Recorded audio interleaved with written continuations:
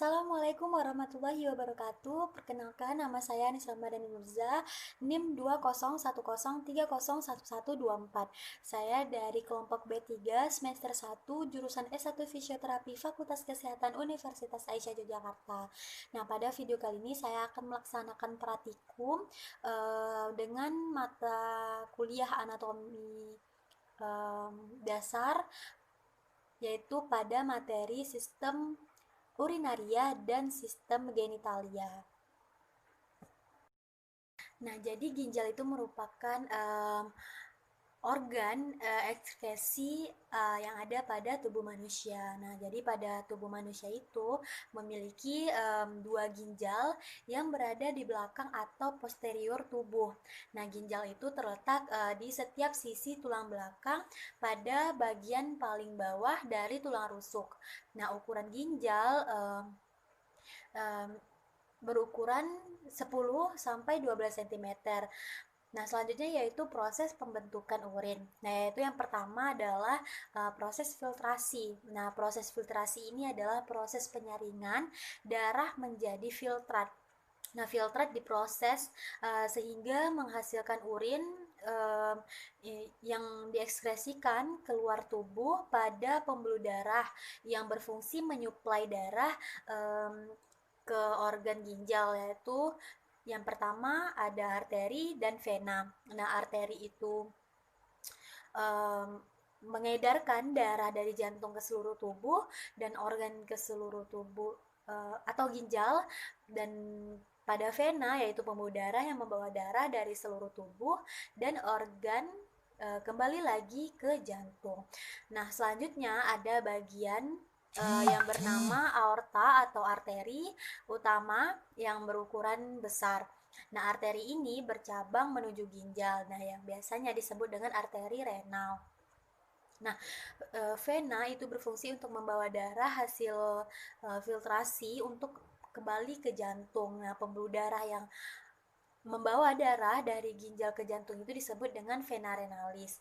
Nah, selanjutnya ada vena cava posterior. Nah, vena cava posterior ini yaitu vena utama yang membawa darah dari organ termasuk ginjal itu yang terletak di bagian posterior tubuh. Jadi pada ginjal itu terdapat dua saluran yang membawa urin dan ditampung di kandung kemih. Nah, bagian yaitu disebut dengan ureter, dan ureter itu saluran yang membawa urin ke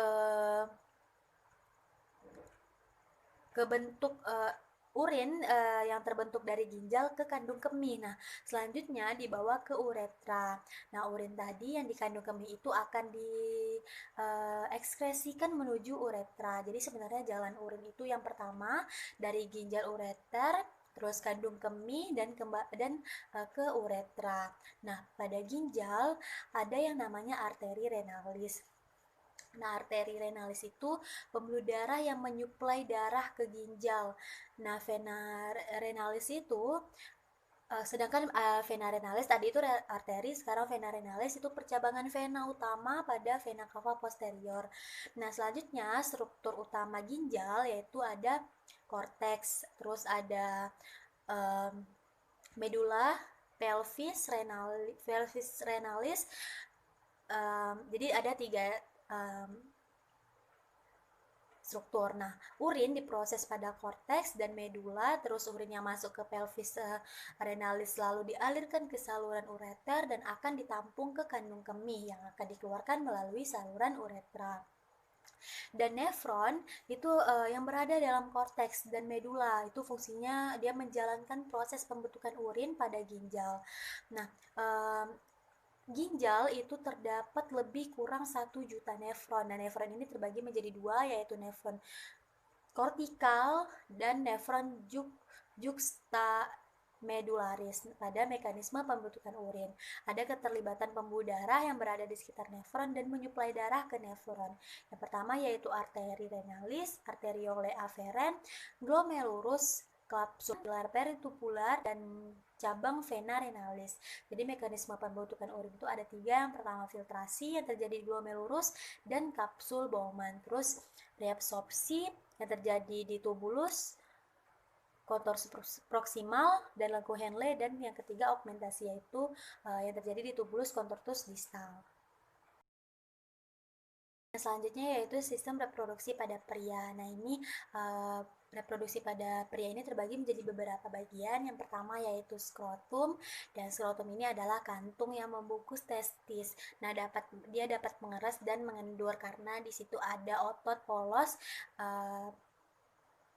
ada otot polosnya. Nah, kedua ada testis. Nah, testis ini jumlahnya ada sepasang, yang berperan sangat penting untuk menghasilkan sperma dan menghasilkan hormon estrogen.